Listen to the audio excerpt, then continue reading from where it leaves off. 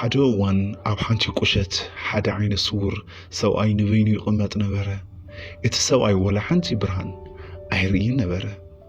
እንተኾነ ግን ኩሉ ግዜ ክንቀሳቐስ ከሎ ላምባዲና መብራህቲ ኣብ ኢዱ ከይፈለየ ኣይንቀሳቐስን እዩ ነይሩ።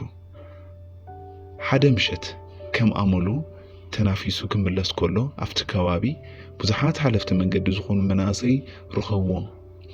ንሳቶም ንእስነት እናደፋፍኦም ኣብቲ ጸልማት እናጎዩ እናተጻወቱ ይጓዓዙ ነበሩ። መብራህቲ ዝሓዘ ሰብ ሪኦም ጥቕኡ ምስ ቀረቡ ዓይነ ስውር ምዃኑ ኣረጋገጹ። ዓይነ ስውር ንዘይረኢሉ መብራህቲ ሒዙ ክጓዓዝ ብምርኣዮም ብጣዕሚ ገረሞምን ብጣዕሚ እውን ሰሓቑ።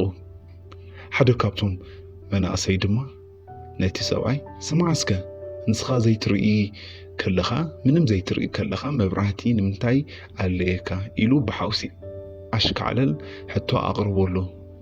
እቲ ዓይነ ስውር ዕግስ ኢሉ እወ ሓቅኻ ኢኻ፣ ዕድለይ ኮይኑ ኣነ ዝኾነ ነገር ክርኢ ኣይኽእልን እየ።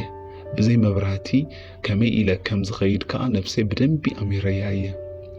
እዚ ሒዘዮ ዘለኹ መብራህቲ ግን ነቶም ዝርእዩ ከማኻትኩም በዚ ዝሓልፉ ደፊኦም ከይውድቑኒ ደፊኦም ከይጎድኡኒ ኢለ እየ ሒዘዮ ዘለኹ።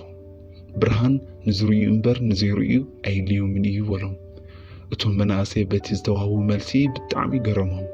በቲ ዝረኣዩ ስነ ምግባራዊ ባህሪ ከዓ ይቅርታ ሓተትዎ። እሞ ኣብ ህይወትና ንሕና ደቂ ሰባት ክንበሃል ተለና ክንደይናይ ዝኣክል ኢና ነስተውዕል። ንርኢ ዝመስለና ዘይንርኢ ብዙሓት ኢና ዘለና። ቅድሚ ንኻሊእ ወይ ድማ ቅድሚ ንኻልኦት ሰባት ምፍራድና ዓርስና ክንርእን ዓርስና ክንፍትሽን ይግባእ። ብርሃን ንዝርእዩ እምበር ንዘይርእዩ ኣይልዩምን እዮም ዝበሃል።